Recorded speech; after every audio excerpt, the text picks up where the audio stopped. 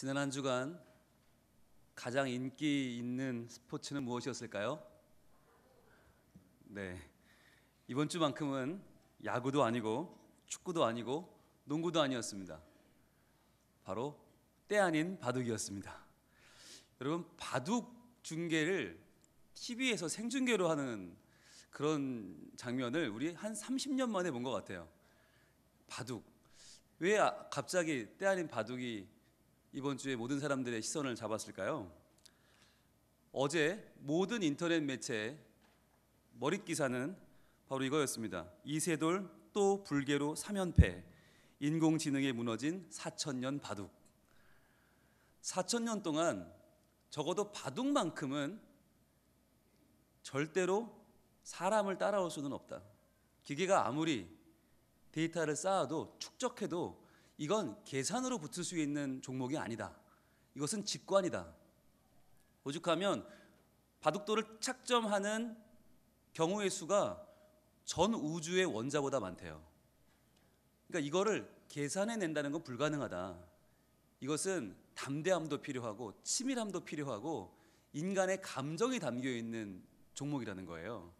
그래서 이것은 아무리 많은 기보를 쌓아도 아무리 많은 가능성이 있어도 이것은 세상에 똑같은 바둑판은 한 판도 없기 때문에 절대로 불가능하다. 그래서 이세돌 구단이 오죽하면 그렇게 장담을 했어요. 5판 중에 다 이기는 건 당연한 거고 한 번만 져도 이건 의미가 없다. 오죽하면 5대 0이 아니라면 의미가 없는 게임이라고 할 정도로 자신을 보였고, 전 세계의 그 치밀하다는 영국의 도박사들이 이세돌의 승리를 점칠 정도로 확신한 경기였어요. 그런데 뚜껑을 열어보니까 전혀 달랐죠. 첫 경기를 지고 나서 사람들이 움찔했어요. 에이 설마, 이세돌 선수가 너무 방심했구나. 두 번째를 지고 나니까 불안한 감이 몰려오기 시작했어요. 이러다 다 지는 거 아니야? 세 번째 역시 졌어요. 여러분, 이게 뭘 말해주는 걸까요? 인간이 그동안은 적어도 우리의 지성은, 인간의 합리적인 이성은 모든 것을 다 할 수 있다고 믿어왔어요. 적어도 우리는 산업혁명 이후에 한 번도 멈추지 않고 달려왔어요. 계속해서 뭔가를 만들어내고 뭔가를 인간의 삶을 변화시키면서 적어도 더 편리한 쪽으로, 더 발전적인 쪽으로 달려왔다고 우리는 생각했어요. 그런데 우리는 우리의 한계를 놓쳐버렸어요. 여러분, 사람이 도구를 발견하고 점점 삶을 발전시킨다고 하는 것이 과연 좋은 것인가? 옛날에는 싸움을 할 때 그냥 이렇게 주먹으로 싸웠잖아요. 발로 차는 정도였잖아요. 그러니까 화를 풀면 끝났어요. 그런데 도구가 발달하면서 칼을 만들기 시작했죠. 날카로운 칼을 만들어서 사람을 찔러서 피를 내기 시작했고, 그걸로 만족을 못하니까 더 멀리서 찌르는 창을 만들었고, 더 멀리서 확실하게 죽이는 활을 만들었고, 총을 만들었고, 폭탄을 만들고, 미사일을 만들었어요. 이제는 1대1의 싸움이 아니라 다수와 다수의 싸움, 도시와 도시의 싸움, 나라와 나라의 싸움이 됐고, 이제는 전 세계의 산재에 있는 어디에 있는지도 모르는 핵폭탄 때문에 전 지구가 다 두려움에 떠는 시대가 되었다고 하는 것입니다. 인간이 만든 가장 위대한 발명이라고 하는 그 핵 때문에 지금 모든 인류는 도리어 두려워하고 불안해하고, 원자력 발전이라고 하는 가장 완전하다는 그 발전 체계 때문에 지금 세계는 멍들어하고 있습니다. 과연 이게 뭡니까? 인간은 나는 새도 떨어뜨리는 위세를 갖게 되었어요. 근데 문제는 나는 새는 떨어뜨릴 수 있는데 떨어진 새를 다시 날게 할 수 없는 거예요. 생명의 복원력을 잃어버린 거예요. 그래서 사람들은 어떻게든 더 내가 유익을 보기 위해서, 어떻게든 더 내가 부자가 되기 위해서는 이 세상의 모든 것들을 다 유전자를 조작해서라도, 내가 돈을 벌기 위해서는 세상을 다 망가뜨려서라도 나의 유익을 취하고 나의 배를 불리고 있다는 것입니다. 점점 이렇게 우리는 소위 기술의 발전이라는 것을 거듭하고 있는데, 과연 그것이 끝이 어디일까요? 모두가 다 함께 망하는 길은 아닐까요? 지금까지 우리가 달려온 우리 문명을 바라보면 결코 우리는 만족할 수가 없기 때문입니다. 더 많이, 더 크게, 더 높게 우리의 욕망이 걸어가는 길이 과연 그 끝은 어디일까요? 잠언 16장 25절은 이렇게 우리에게 경고하고 있습니다. 잠언 16장 25절 어떤 길은 사람이 보기에 바르나 필경은 사망의 길이니라. 어떤 길들 인간이 발전하고 발달하고 뭔가 계속 끌어모으면서 점점 더 높게 더 빨리 더 많이 추구하는 그 길은 사람이 보기에는 바른 길 같아요. 그게 발전하는 길 같고 그게 좋아지는 길 같아요. 그런데 필경은 반드시 그것은 사망의 길이다. 죽음을 향해 더 빨리 달려가는 길이라는 거예요. 혼자 죽지 왜 같이 죽자고 다 죽는 길이라는 거예요. 다 망하는 길이라는 거예요. 그러면 이 길에서 어떻게 우리가 올바른 길로 돌아설 수 있겠습니까? 이제 우리는 더 이상 내가 세상의 중심이 아니며 고백해야 됩니다. 더 이상 내가 목적이 아니며 더 이상 나는 기준이 아니에요. 내가 더 많이 갖는 것이, 내가 더 높아지는 것이, 내가 더 내 계산대로 내 유익대로 나를 더 드러내는 것이 목적이 아니라 나보다 더 크신 분이 있다는 것을 인정해야 되는 것입니다. 내 인생의 목자는 내가 아니고 내 인생의 주인은 내가 아니며 내가 잘 되는 것, 내가 모든 것, 내 꿈대로 이루어지는 것이 다가 아니라는 것을 고백해야 되는 거예요. 그 고백이 바로 여호와는 나의 목자시니입니다. 여호와가 나의 목자라고 하는 것은 이제 내 삶을 내가 치울 수 없고 더 이상 내가 나를 만족시킬 수 없다고 하는 가장 위대한 고백이고 선언입니다. 미국에 기독교 출판협회가 있는데 매년 가장 훌륭한 기독교 작가에게 주는 상이 있어요. 골드 메달리언이라는 상인데 그 상은 7번이나 받은 작가가 맥스 루케이도라고 하는 목사님입니다. 그 맥스 루케이도 목사님이 쓰신 트래블링 라이트라는 책이 있는데 트래블링 라이트가 우리나라 말로 번역이 됐는데 맥스 루케이도에게 배우는 자유함이라고 하는 좀 복잡한 말로 만들어졌습니다. 근데 이 책에서 맥스 루케이도는 하나님 없이 자기가 목자가 되어 살아가는 현대인들, 오늘날의 크리스찬들의 삶이 어떤지를 시편 23편을 빗대서 현대인 버전으로 이렇게 만들었어요. 나의 목자는 내 자신이니 언제나 부족하리로다. 내가 이 백화점에서 저 쇼핑센터로, 이 병원에서 저 요양원으로 안식을 찾아 헤매고 다니나 결코 안식을 얻지 못하리로다. 내가 사망의 음침한 골짜기를 기어다니며 안절부절 못하는도다. 복통에서부터 자동차 사고에 이르기까지 모든 것을 두려워하며 어머니의 치맛저고리를 잡고 늘어지기 시작하리로다. 매주 열리는 직원회의에 들어갈 때마다 적들이 나를 둘러쌀 것이며 집에 돌아간다 해도 하찮은 금붕어까지도 찌푸린 얼굴로 나를 맞을 것이다. 내가 강력 진통제로 두통에 찌든 내 머리에 기름을 부었으니 독한 술이 내 잔에 넘치나이다. 내 평생의 정령 고통과 불행이 나를 따라오리니 죽는 날까지 하나님에 대한 회의 속에서 영원히 거하리로다. 여러분 어떠세요? 끔찍하지 않습니까? 이게 지금 우리 모습이라는 거예요. 근데 왜 이렇게 잘못된 겁니까? 왜 시편 23편이 이렇게 망가졌습니까? 어디부터 잘못됐죠? 그래요, 1절부터 잘못됐어요. 나의 목자는 나 자신이니 이렇게 시작하니까 이 모든 것이 다 엉망이 되는 거예요. 내가 얼마나 뭘 할 수 있어요? 내가 나를 알아요? 내가 내 길을 가는 길을 알아요? 내가 바른 길을 갈 수 있어요? 아니요. 나는 능력이 없고 내 수준에서 내 삶이 이루어지면 정말 엉망진창이 될 거예요. 그런데도 우리는 그걸 인정하려 들지 않아요. 어떻게든 내가 내 인생의 목자가 되어야 한다고, 내가 이걸 놓치면 안 된다고 우리는 꼭 붙잡고 있는 거예요. 왜 그럴까요? 욕심이죠. 체면 때문에, 욕심 때문에, 의무감 때문에, 부당함 때문에 우리는 이걸 놓지 못하는 거예요. 내가 아니면 안 되는 것처럼, 내가 안 되면 큰일 나는 것처럼 우리는 이것을 꼭 붙잡고 하나님 됐어요, 하나님 아니에요, 제가 할게요, 내가 할게요 라고 하면서 우리는 고집을 부리고 있는 것입니다. 여러분 시편 23편을 쓴 다윗은 그 자신이 목자였어요. 목자 중에서도 훌륭한 목자였어요. 오죽하면 여러분 물매를 얼마나 능숙하게 던졌으면 골리앗을 쓰러뜨립니까? 물매는요, 목자들에게 그 양들이 뛰놀다가 맹수들이 덤비면 그 맹수들을 제압하는 무기거든요. 늑대도 곰도 아무리 무서운 동물도 그 물매 한 방이면 도망가는 거예요. 동물들이 목자가 무서워서 못 도는 게 아니에요. 그 물배가 무서워서 못 오는 거예요. 얼마나 이것을 연습했으면 그 3m의 거구 골리앗을 한 방에 보냅니까? 굉장히 연습을 많이 했어요. 게다가 이것만 연습한 게 아니죠. 쉴 때는 하프를 뜯으며 피리를 불며 음악을 연습합니다. 여러분 왜 목자들이 음악을 연습하냐면 양들은 타고난 천성이 굉장히 소심하고 두려움이 많아요. 그래서 물가로 데려가면 물을 먹어야 되는데 이것들이 물을 보고 겁을 내요. 물속에 그림자가 막 어롱어롱하니까 얘가 겁을 먹어서 물을 못 먹어요. 그때 하프를 뜯어주고 피를 불어주면 얘네가 마음이 차분해지면서 그 물을 마시는 거예요. 그러니까 최고의 목자는, 양들을 잘 먹이는 목자는 이 하프도 피리도 잘해야 돼요. 그런데 다윗은 얼마나 잘했는지 그 나라의 왕 임금님이 악신에 시달릴 때, 두통으로 호소할 때 사람들이 그를 추천합니다. 왕이시여, 다윗이라는 목자가 있는데 하프 끝내줍니다. 피리 끝내줍니다. 그 사람 데려다가 연주를 하게 하면 아마 평안이 올 것입니다. 할 정도로 왕이 힐링을 얻을 정도면 그 당시 최고의 예술가 아닙니까? 최고의 전사이자 최고의 예술가, 그는 최고의 목자였어요. 다윗은 목자 중에도 최고의 목자였어요. 그런데 그 다윗이 내가 목자라고 하지 않고 뭐라고 해요? 여호와가 나의 목자라고 해요. 이게 기가 막힌 거예요. 다윗 정도의 목자면 내가 목자라고 해도 충분해요. 그런데 그는 내가 목자라고 하지 않고 여호와를 나의 목자라고 해요.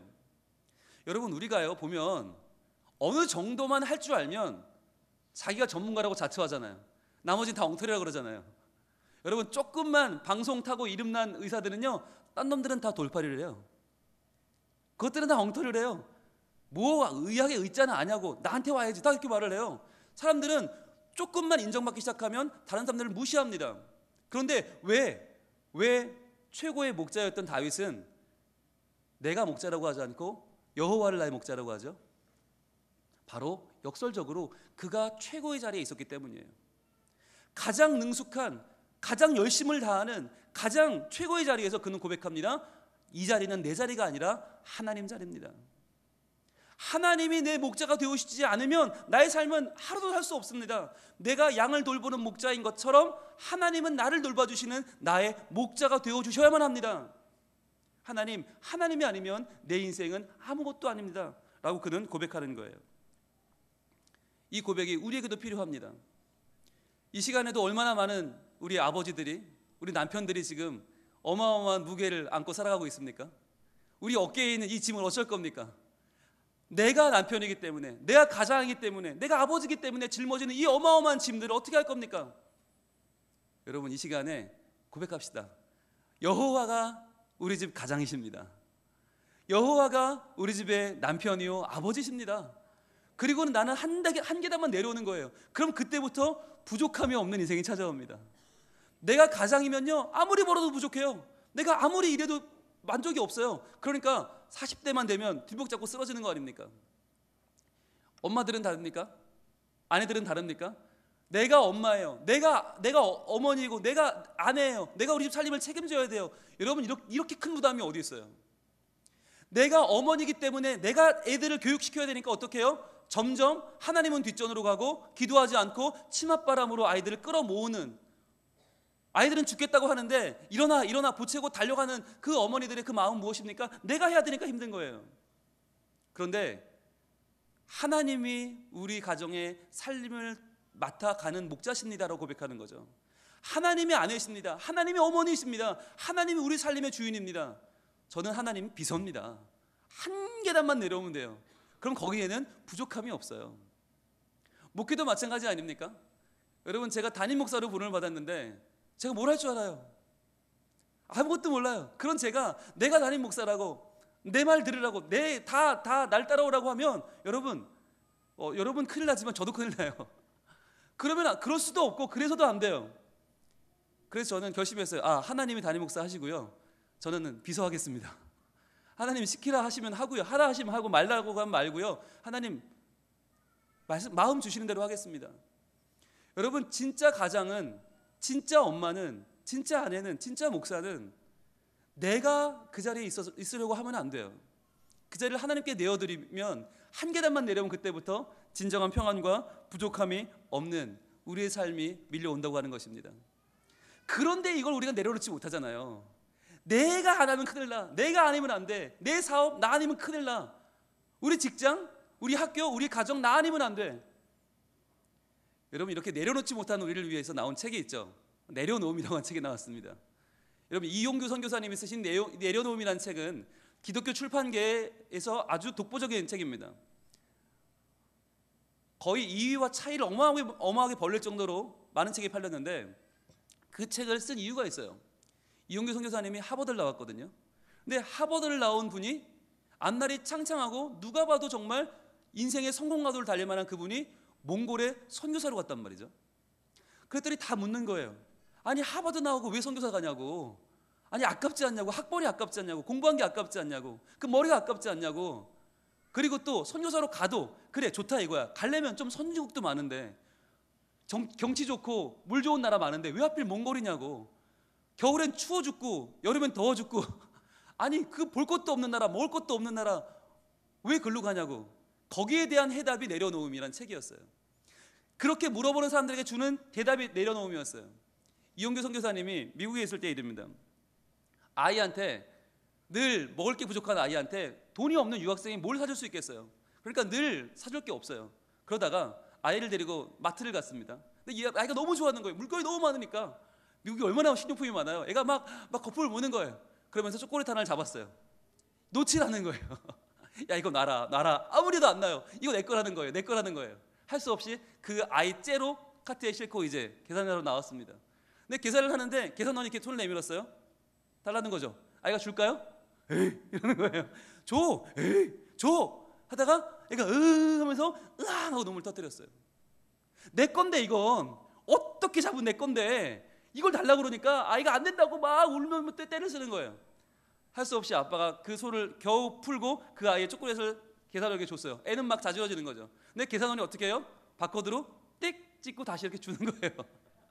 그리고는 진짜 내게 된 거잖아요. 그러니까 아이가 깨달은 거죠. 아 이걸 내가 쥐고 있는 한 이건 내게 될 수 없구나. 이걸 내가 들고 나가면 도둑이 되는 거잖아요. 이거 들고 나가면 현행범이에요. 그런데 이거를 내려놔야 되죠. 내려놔야 그걸 들고 띡 하고 찍어야 내게 되는 거잖아요. 그 아이는 활짝 웃으면서 눈물을 그치고 그 초콜릿을 빨아먹기 시작합니다. 그걸 보고 이 선교사님이 깨달았다는 거예요. 아, 내 인생도 내가 붙잡고 있으면 안 되는 거구나. 이걸 내 거라고, 내 학벌이라고, 내가 했다고, 내 공부라고 붙잡고 있으면 이건 영원히 내게 되지 않는구나. 내려놔야 되는구나. 내 인생의 주인 되신 그분 앞에 내려놓아야만, 그분이 이것을 결제해 줘야만 그때부터 내 삶이 참으로 내 삶이 되는구나. 그리고는 내 삶을 하나님께 맡겼다는 거예요. 하나님 원하는 대로 하겠습니다. 뭐 하라고 하시면 할게요. 뭐 하면 좋을까요? 그랬더니 하나님이 선교사로 갈 마음을 주셨다는 거예요. 몽골로 갈 마음을 주었다는 거예요. 그런데 이게 자기한테는 너무 행복하다는 거예요. 왜? 하나님이 가라 하신 대로 가기 때문에 행복한 거예요. 사람들은 왜 하필 선교사냐? 왜 하필 몽골이냐 그러는데 이분은 의아한 거예요. 그게 뭐 어때서? 그게 왜 나한테 아무것도 아니라는 거예요. 하나님이 가라고 하셔서 내 인생을 결정하는 주인이 가라고 하시는데 그게 가장 즐겁지 않아? 그게 가장 즐거운 거고 가장 행복한 거지. 이분은 아무렇지 않다고 말하는 거예요. 그러니까 이분에게 내려놓으면 너무 쉬운데 우리에게 내려놓으면 너무 어렵죠. 우리는 하버도 아니라 그 작은 거 하나도 내려놓을 수 없는데 말이죠. 우리는 이 시점에 다시 한번 물어야 됩니다. 그렇다면 나의 목자는 무엇입니까? 내가 붙잡지 못하는 바로 그것이 아닙니까? 누가 나의 목자가 되어야 됩니까? 시편 23편 1절 오늘 본문은 이렇게 노래하고 있습니다. 같이 우리 외칩니다. 시작. 여호와는 나의 목자시니 내게 부족함이 없으리로다. 여호와는 나의 목자시니 다른 누구도 아니고 내 자신도 아니고 내가 그렇게 아끼고 사랑하는 그 무엇도 아니고 여호와는 나의 목자라고 고백하는 거예요. 여러분 우리가 창세기를 공부하면서 하나님과 여호와라고 하는 이름의 뉘앙스를 배웠습니다. 하나님 여호와 같은 말 같지만 같은 분을 나타내는 말이지만 뉘앙스가 달라요. 창세기 1장의 하나님, 천지를 창조하시는 엘로힘, 그분은 전능하신 하나님인데 느낌이 뭐냐면 멀리 계신 분, 나보다는 정말 차이가 나는 분, 전능하신 분, 크신 분, 위대하신 분이라고 한다면 여호와는 창세기 2장의 하나님이에요. 인간을 자기 형상대로 창조하시고 자기의 진심과 사랑을 건네주시는 분, 우리와 계약을 맺으시고 우리와 언약을 맺으시고 우리와 대화를 나누고 우리를 잘 아시는 분이 여호와예요. 느낌이 조금 다른데 다윗은 지금 엘로힘, 전능하신 하나님이 내 목자다라고 말하지 않고 여호와가 나의 목자라고 말해요. 그럼 이건 뭐냐면 하나님이 능력이 많기 때문에 내 하나님이라는 게 아니라 능력이 많고 크신 분이기 때문에 내 목자라는 것이 아니라 여호와이기 때문에 내 목자라는 거예요. 나를 사랑하기 때문에, 그만큼 나를 알기 때문에, 지금 그만큼 나에게는 가까이 와 계신 분이기 때문에 그분이 나의 목자라는 거예요. 예수님이 가르쳐 주신 주기도문 가운데 이렇게 시작하죠. 하늘에 계신 우리 아버지, 이렇게 시작해요. 그럼 이건 두 가지를 말하는 건데, 하늘에 계신이란 말은요, 땅에 있는 나와는 전혀 다른 크신 분, 위대하신 분, 능력 있는 분이라는 뜻이에요. 하늘에 계신, 이게 바로 엘로힘, 하나님이죠. 그런데 우리 아버지라고 할 때는 어떤 분이에요? 나와 관련이 있고 나와 친밀하고 나에 대해서 1대1로 책임감을 가지고 있는 가까운 분이죠. 그러니까 하늘에 계신 우리 아버지를 창세기로 말하면 엘로힘 하나님과 여호와 하나님인 거예요. 그런데 지금 그 뉘앙스를 정확하게 알고 있는 유대인인 다윗은 엘로힘이 아니라 여호와가 나의 하나님이라고 말해요. 그것은 바로 나를 향해 다가오시는 하나님의 개입해 들어오시는 친밀함과 그 사랑, 나를 너무너무 잘 아시는 그 하나님이 내 목자다라고 고백하는 거예요. 마치 어린아이가 있어요. 어린아이가 막 울어요. 이 설교 시간에 막 운다고 생각해 보세요. 어떻게 할까요? 여러분 주변에 계신 분들이 막 어떻게든 얼러보겠죠? 사탕도 주겠죠? 뭐 막 핸드폰을 꺼내서 막 영상도 보여주고 음악도 들려주고 막 하겠죠? 그런 아이는 꼼짝도 안 해요. 계속 울어요. 으악 자지러들어요. 어떻게 해야 돼요? 누가 와야 돼요? 엄마가 와야 돼요. 그 아이의 목자는 엄마예요. 엄마가 와야 돼요. 엄마가 와야 그 아이가 우는 이유를 알 수 있죠. 똑같은 울음소리인데 엄마는 알아요. 배가 고파서 우는 건지, 졸린 건지, 기저귀를 갈아달라는 건지, 무슨 얘기인지 엄마는 알아요. 어떻게 할까요? 여러분, 엄마 중에서 엄마 자격증 있는 분이 있어요? 나라에서 무슨 뭐 자격증 줍니까? 엄마 1급, 엄마 2급 있어요? 아무것도 없죠. 엄마 중에 어린이 교육학 자격증 있는 분 아무도 없어요. 학위도 없어요. 그런데 어떻게 엄마를 해요? 다 초보고 다 아마추어인데 어떻게 엄마를 해요? 사랑하니까 그 아이가 우는 소리만 들어도 아는 거예요. 그게 아빠와 엄마 차이 아닙니까? 아빠들은 죽었다 깨어나도 모르는 걸 엄마는 알잖아요. 아, 얘가 배가 고프구나. 그거 어떻게 알죠? 미스테리죠. 남자들은 도저히 알 수 없어요. 죽었다 깨어나도 몰라요. 근데 엄마는 알아요. 사랑하니까 아는 거예요. 아무리 멀리서 그 아이가 울어도 우리 아이인 걸 알아요. 그게 엄마잖아요. 그게 목자 아닙니까? 그게 목자예요. 자, 하나님은요, 우리를 이렇게 잘 아신단 말이에요. 너무너무 잘 아셔서 우리에게 무엇이 필요한지를 아시고 우리에게 열릴 앞날이 뭔지를 아세요. 그런데 우리는 하나님보다 훨씬 더 나의 인생을 모르면서 훨씬 나에게 스스로에게 관심도 없고 내게 가장 필요한 게 뭔지도 모르고 내 한 치 앞도 바라볼 수 없으면서 우리는 고집해요. 내가 목자가 되어야 한다고, 내가 내 인생을 주장해야 된다고, 내 뜻대로 되어야 한다고 우리는 우기는 거예요. 결국 그렇지 않다고 하는 것입니다. 하나님께서 우리의 목자입니다. 하나님께서 우리의 목자가 되어셔야만 우리는 바른 길을 걸어갈 수 있는 것입니다. 여러분, 제가요, 이 설교를 준비하면서 저 자신을 돌아봤어요.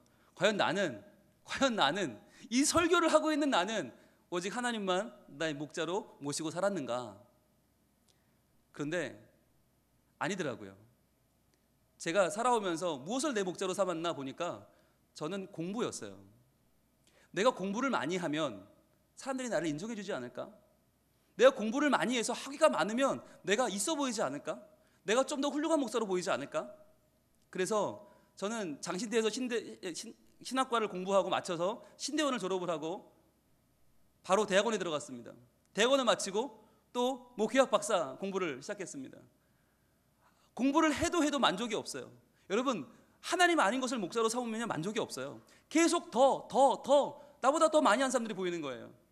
아무리 여기서 공부를 해도 소용없는 게 해외 유학 갔다 오면 밀리잖아요. 그러니까 저는 결심했어요. 미국으로 유학을 가야겠다. 왜요? 교회마다 담임 청빙을 하는데 해외 박사가 아니면 이력서를 못 넣는다는 거예요. 아니, 한번 쳐다봐주지도 않는다는 거예요. 그러니까 할 수 없다. 미국으로 유학을 가야겠다. 결심을 하고 유학에 대한 걸 다 알아보기 시작했습니다. 그래서 유학을 저보다 바로 먼저 간 친구랑 정말 많은 이야기를 나누면서 준비를 하고 그 학교에 대한 걸 알아보고 사이트를 찾아보고 서류를 다운받고 서류를 준비하기 시작했어요. 준비가 거의 다 끝났습니다. 이제 가면 돼요. 그런데 결정적인 부분에서 일이 틀어졌어요. 철석같이 믿었는데 그 일이 안 돼버렸어요. 그래서 못 가게 됐어요. 정말 하늘이 무너지는 것 같더라고요. 난 유학을 가야 되는데 유학을 가서 해외 박사 학위를 달아야 내가 담임을 나갈 텐데 이거 어떡하지? 그때 저보다 바로 먼저 저에게 그 유학을 권하고 떠났던 친구가 돌아왔어요. 돌아왔는데 그 친구는 우리나라의 제일 큰 교회 부목사로 간 거예요. 제가 배가 아프기 시작했습니다. 그래, 저 자리가 내 자리인데 내가 갔어야 되는데 내가 못 가가지고 난 이게 뭐야. 그때부터 좌절하기 시작했어요. 하나님 저 왜 이러십니까? 그런데 기도 가운데 하나님이 저를 포기시키는 일이 벌어졌습니다. 저희 장신대에서 목회 탐방이라고 미국을 다녀왔습니다. 3주 동안 처음으로 제가 미국을 간 거예요. 미국 가서 교회들을 바라보고 학교를 보고 목회하는 분들을 만나서 이야기를 나눴는데 그 3주가 같이 간 분들에게는 가슴이 뜨거운 3주였어요. 다들 미국, 난 미국 올 거야. 미국 와서 목회할 거야. 공부할 거야. 근데 정반대로 저는 3주 내내 확신이 들었어요. 미국은 아니구나. 나하고는 절대 맞지 않는 곳이구나. 일단 음식부터 맞지 않고요. 어떻게 맨날 빵만 먹고 살아요, 사람이. 어떻게 맨날 고기만 먹고 살아요. 저는 된장찌개, 김치찌개, 계란찜, 정말 3주 내내 정말 꿈을 꾸며 살았어요. 정말 너무너무 막 못 먹겠는, 니글니글해서 못 견디겠는 거예요. 게다가 살아가는 모든 게 저랑 안 맞아요. 제일 중요한 거, 목회하는 스타일이 안 맞아요. 저는 말씀을 가르치고 말씀을 연구하고 말씀을 전하는 말씀 목회를 하고 싶은 사람인데 이민교회는 그게 전혀 안 되는 거예요. 그러니까 저랑 너무 맞지 않는 거죠. 제가 정말 다행이구나. 내 유학 가지 않길 참으로 다행이구나. 돌아왔어요. 돌아와서는 부목사 연차가 돼서 교회를 사임하고 새로 사역지를 옮겼는데 새로 간 교회는요 얼마나 일이 많은지 유학은 생각지도 못하고, 유학이 아니라 지금 제가 다니고 있던 한국에서의 공부도 포기했어요. 휴학을 했어요. 그리고는 사역만 했어요. 오직 사역이 많은지 설교하고 돌아서면 성경 공부하고 돌아서면 새벽 기도하고 돌아서면 사역하고 돌아서면 신방하고 돌아서면 성경 공부하고, 오죽하면 제가 고백을 했습니다. 저 돌아서기 싫다고. 왜? 돌아서면 또 설교해야 되니까. 제발 돌아서기 싫다고 할 정도로 1년 내내 정말 죽도록 일만 했어요. 그런데 그러면서 제가 얼마나 행복했는지 아세요? 제가 깨달았어요. 나는 공부하는 사람이 아니라 나는 사역을 해야 되는구나. 코피가 터지면서 매일매일 피곤해 죽으면서 그 일을 하는데 너무 즐거운 거예요. 너무 행복한 거예요. 그래서 제가 남들이 안 한다는 거 다 끌어다가 제가 다 했어요. 새벽부터 밤늦게까지 온통 그 일을 하는데 너무너무 즐거운 거예요. 정말 밥도 굶어가면서 성경 공부 준비를 하는데 너무 행복해요. 오죽하면 제가 여기 부산 내려오기 하루 전날까지 저녁 8시, 9시까지 성경 공부를 했겠어요. 하루도 안 쉬었어요. 하루도 안 쉬고 정말 덤벼들었어요. 그런데 그렇게 유학의 꿈을 물 건너가고 사역에 파묻혀서 여기가 내 자리구나, 여기가 내가 있어야 할 자리구나 깨달은 그 순간 연락이 왔어요. 부산에서요. 담임 목사로 오라고요. 해외 유학도 갔다 오지 않은 저를, 해외 학위도 없는 저를, 저는 학위 없이면 절대 다리 못 나가는 줄 알았어요. 왜? 누가 저를 알아주겠어요? 누가 저를 알겠어요? 아무리 내가 열심히 해보면 뭐해? 사람들은 날 모르는데. 아무리 이력서를 넣으면 뭐해? 박사 없으면 1차에서 밀릴 텐데. 저는 좌절하고 난 이렇게 그냥 죽도록 사역만 하다가 내 인생은 이렇게 끝나는가 보다. 그런데 그때는 그걸로도 만족했어요. 그래도 좋았어요. 그때는 정말 모두에게 고백했어요. 저는 담임 나가는 거 하나도 중요하지 않습니다. 저는 이렇게만 살 수 있으면, 이렇게만 목회할 수 있으면 여기서 10년이고 20년이고 할 수 있습니다. 최선을 다했어요. 그런데 바로 그 자리에서 제가 제 목숨을 걸고 설교하고 목숨을 걸고 성경 공부를 하던 바로 그 자리에서 하나님의 음성이 들려왔어요. 가라. 이제 됐다. 가라. 하나님 저 학위가 없는데요. 괜찮아. 가라. 그리고 내려왔어요. 그리고는 지금 제가 꿈에 그리던 목회를 하고 있습니다. 꿈에 그리던 하루 한 장을 하고 있고요. 꿈에 그리던 주일 설교를 하고 있고요. 꿈에 그리던 다음 세대를 북돋는 사역을 하고 있고요. 정말 제가 꿈에 그리던 부교육자들을 만나서 너무나 행복한 사역을 하고 있습니다. 여러분, 하나님은 이렇게 저를 잘 아십니다. 네가 가야 할 곳은 미국이 아니야. 네가 가야 할 곳은 로스앤젤레스가 아니야. 저는 꿈에도 생각해 보지 못한 부산으로 오면서 하나님의 놀라우신 손길을 다시 한번 깨달았어요. 그렇구나. 내가 아는 곳이 내 자리가 아니라, 내가 희망하는 곳, 내가 가고 싶은 곳이 내 자리가 아니라 내 자리는 하나님이 예비하시는구나. 여러분, 제가 유학을 갔으면 어떻게 됐을까요? 그때 제 나이가 벌써 40이 넘은 나이였거든요. 여러분, 제가 40 넘은 미국 가서 언어가 되겠어요? 공부를 제대로 따라가겠어요? 의욕만 있다고 되는 일이 아니잖아요. 게다가 애들이 미국에 적응해버리면 오지도 못하고 가지도 못하고 붕 뜨는 거예요. 게다가 미국엔 지금 목사님들이 포화 상태라 사역지도 없어요. 그러니까 얼마나 살기도 어렵고 공부도 어렵고 살지도 못하고 죽지도 못하고 애들 때문에 오지도 못하고 가지도 못하고 붕 떴을 거 아니에요. 이 일 어째요? 아마 지금 저는 머리만 벅벅 긁고 머리만 빠지고 있을 거예요. 원형 탈모 이런 거 가지고 어떻게 하지 그러고 있었을 거예요. 거긴 제 자리가 아니었어요. 제가 꿈꾸던 그 자리는 제 자리가 아니었어요. 지금 깨닫는 것은 가장 저를 잘 아시는 하나님께서, 저를 사랑하시는 하나님께서 저의 앞길을 예비하셨다는 것이었어요. 그래서 25년간 하나님이 가장 좋은 교회로, 가장 하나님의 훌륭한 교회로 성민교회를 하나님이 지으시고 예비하시고 준비시키셔서 이렇게 만나게 하신 게 아닌가. 저는 우리를 만나게 하신 그 하나님을 우리의 목자로 고백합니다. 여러분, 하나님이 우리를 잘 아세요. 왜요? 사랑하니까요. 사랑하니까. 하나님의 사랑은 변함이 없어요. 하나님의 사랑은 거짓도 없어요. 하나님의 사랑은 이랬다 저랬다 하지도 않아요. 하나님 사랑은 항상 신실하시고 우리에게 늘 가장 좋은 것을 베풀어 주시는 우리의 목자가 되시는 사랑입니다. 여러분, 그 사랑을 고백합시다. 그렇습니다. 하나님, 내가 내 목자 아니고요, 오직 하나님이 내 목자 되십니다. 그 사랑 의지하여 살겠습니다. 그 사랑 감사하며 살겠습니다. 그 사랑 찬양하며 살겠습니다. 그 사랑 가운데 나를 주님의 양으로 오늘도 인도하여 주시옵소서. 아버지 그 사랑, 우리 함께 노래합니다. 아버지 사랑 내가 노래해.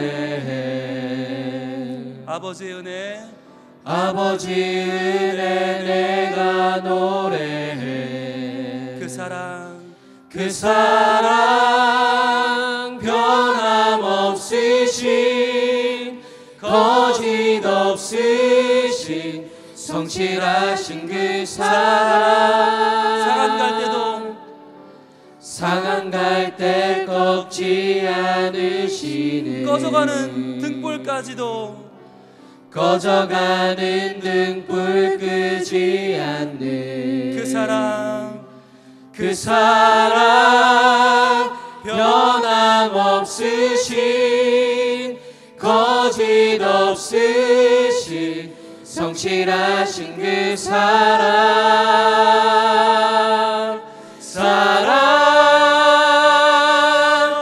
그 사랑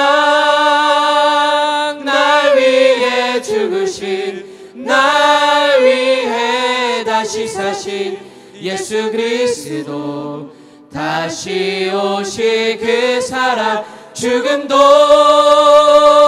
생명도 천사도 하늘의 어떤 권세도 끊을 수 없는 영원한 그 사랑 예수. 그 사랑, 그 사랑 날 위해 죽으신, 날 위해 다시 사신 예수 그리스도, 다시 오실 그 사랑. 죽음도 생명도 천사도 하늘의 어떤 권세도 끊을 수 없는 영원한 그 사랑 예수. 이렇게 기도하겠습니다.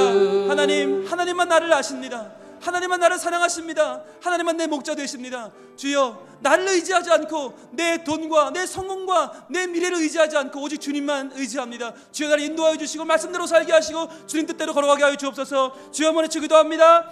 주여, 아버지 하나님, 오직 주님만 나의 목자 되심을 고백합니다. 오직 주님만 나를 아십니다. 오직 주님만 나를 사랑하십니다. 오직 주님만 나를 인도하십니다. 주여, 내가 나를 알지 못합니다. 내가 나를 책임질 수 없습니다. 주여, 나는 나의 목자가 아닙니다. 나는 나의 주인이 아니며 나는 나의 미래를 개척할 수 없습니다. 오직 주님만 의지합니다. 오직 나의 목자 되신 주님이여, 선한 목자신 주님께서 내 삶을 인도하시고 나를 사랑하시고 변함없는 그 사랑으로 나를 지켜주시며 신실한 그 사랑으로 나를 인도하심을 믿습니다. 주여, 나를 인도하여 주옵소서. 오직 주만 따라가게 하여 주옵소서. 주님 안에 참 만족을 누리며 주님 안에 참 평강을 누리며 주님 안에 찬 기쁨을 누리는 우리로 살게 하여 주시옵소서. 주여, 주님만 따라가길 소망합니다. 주여, 인도하여 주옵소서. 주여, 나를 도와주시고 주여, 내가 하나님 안에 있는 주의 양으로 살게 하여 주시옵소서. 그 사랑 날 위해 죽으신, 날 위해 다시 사신 예수 그리스도, 다시 오실 그 사랑. 죽음도 생명도 천사도 하늘의 어떤 권세도 끊을 수 없는 영원한 그 사랑 예수. 나를 향한 영원한 그 사랑, 영원한 그 사랑 예수. 하나님, 나는 내 인생의 목자가 될 수 없음을 고백합니다. 나는 완전하지 않으며, 나는 연약하며, 나는 죄의 덩어리이며, 나는 교만 덩어리이며, 나는 게으름 덩어리입니다. 주님, 이렇게 연약한 나를 주님 버리지 아니하시고 신실하게 사랑하여 주시고 변함없이 나를 지켜주시고 보호하시는 그 사랑에 감사합니다. 오직 나의 목자가 되시는 선한 목자 우리 여호와 하나님을 의지하고 이번 한 주간도 주님 말씀 따라 주님의 그 뜻을 따라 걸어가는 우리 모두가 되게 하여 주시옵소서. 그리하여 하나님의 전능하신 손 아래에서 하나님의 은총 가운데 평안을 누리는 진정한 기쁨과 천국의 삶을 살아가는 우리가 되게 하여 주시옵소서. 우리의 참 목자가 되시는 예수님 이름으로 기도합니다. 아멘.